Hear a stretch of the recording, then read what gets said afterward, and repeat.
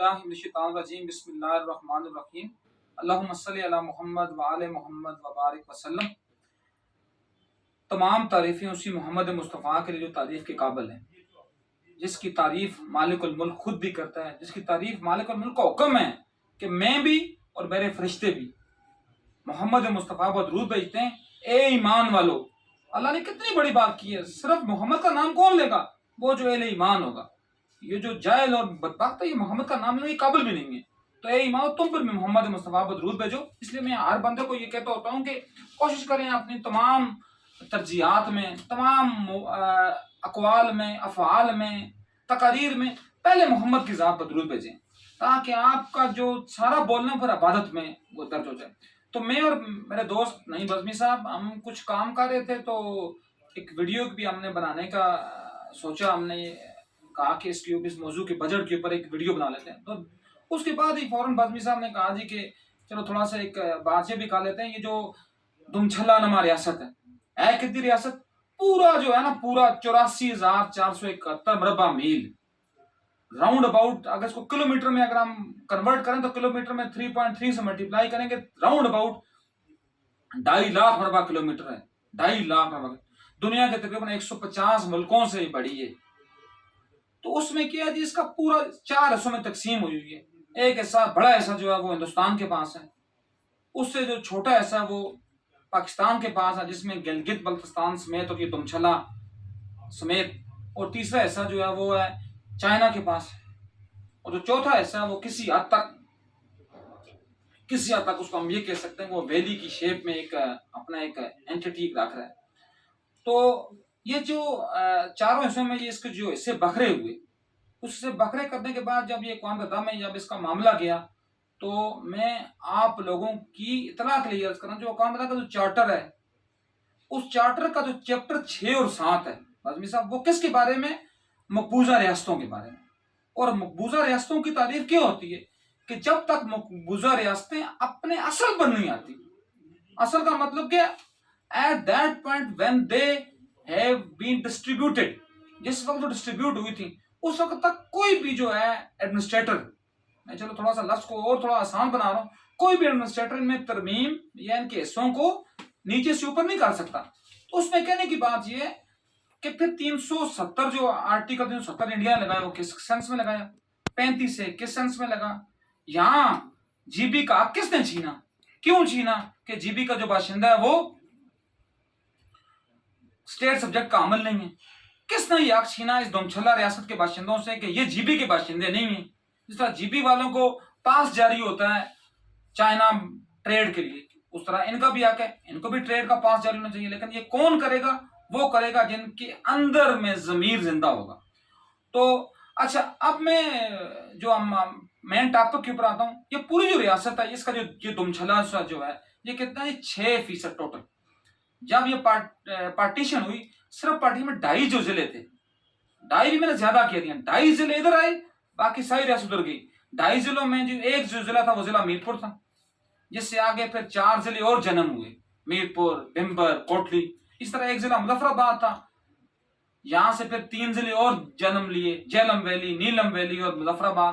پھر ایک چھوٹا سا ضلع پورا نہیں تھا، چونکہ پونچھ وہاں ہی راش ہے، کچھ ساری تحصیلیں 2 پونچھ کی ادھر شامل ہوئی، ایک فاورڈ کوٹا اور دوسری باغ۔ تو اس سے پھر آگے 4 ضلع مرج ہو چکے ہوئے، باغ، کوٹا، پونچھ اور پلندری۔ اب یہ ساری جو ریاست ہے، یہ صرف اور صرف ضلع راولپنڈی، ڈویژن کی بات نہیں کر رہا، ضلع راولپنڈی کے مجموعی رقبے سے بھی کم ہے، ضلع راولپنڈی کی مجموعی آبادی سے بھی کم ہے، اور ضلع راولپنڈی کو صرف ایک ڈی سی کنٹرول کرتا ہے، صرف ایک ڈی سی۔ اور یہاں انہوں نے اپنے مفادات کے لیے 10 ڈی سی بنائے ہوئے جو ڈائریکٹ ڈی سی ہیں، اس کے علاوہ بھی 2-3 ڈی سی اور ہوتے ہیں، 2 پوسٹیں ہوتی ہیں جو انہوں نے رکھی ہوتی ہیں او ایس ڈی کے لیے، اور ایک آدھ انہوں نے بالیات کے لیے رکھا ہوتا ہے، ایک آدھ یہ زیادہ ہاؤس میں اس کو ایڈجسٹ کرتے ہیں۔ تو راؤنڈ اباؤٹ 15 سے 20 ڈی سی انہوں نے اس ضلع نما ریاست پر رکھے ہوئے۔ اسی طرح یہی حال ایس پی او کا بھی ہے۔ اور اب تو 13ویں ترمیم جب ہوئی، کو تھوڑا سا یہ ہوا کہ شاید کیا پتا کوئی لوگ جاگ رہے ہیں۔ 13ویں ترمیم میں سب سے جو میں اس ترمیم کے پورے اس پر نہیں آتا امپیکٹ کے اوپر، کوئی اس میں اچھی بات ہے تو کوئی، لیکن سب سے اچھی بات یہ ہوئی کہ یہ جو ریاست ہے جس میں میرے نزدیک جو ہے نا، میرے نزدیک اس میں صرف اور صرف 3 سے 4 ایم ایل اے ہونے چاہیے، صرف اور صرف 3 سے 4 ایم ایل اے. چلو حد کر دیں 10 ایم ایل اے ہو جائیں، ٹھیک ہے نا، لیکن اس کی تعداد انہوں نے بڑھا کر 53 کی ہوئی یا 53. اور بعض ایسی کنسٹیچوئنسیز ہیں، بالخصوص پنڈی کے جو ماجرین ہیں، یا پھر کے پی کے کی جو سیٹ ہے پشاور والی، یا پھر جو اپنا کراچی کی ایک سیٹ ہے جو ویلی والی، جموں والی نہیں، اس کے ٹوٹل ووٹ جو ہے نا جو لوگ لے کر آتے ہیں 700 کچھ ووٹوں سے وہ ایم ایل اے پر مطلب وہ الیکٹ ہو جاتے ہیں. جس میں الیکٹ کہہ رہا ہوں، ہوتے وہ اصل میں سلیکٹ ہوتے ہیں. جب سلیکٹ ہو کر آتے ہیں تو وہ اس قوم کے اوپر ایک نمرود اور فرعون بن کر آتے ہیں. اور پھر کیا ہوا، ایک بڑا اچھا اس وقت یہ فیصلہ ہوا جی کہ 13ویں ترمیم ہوئی.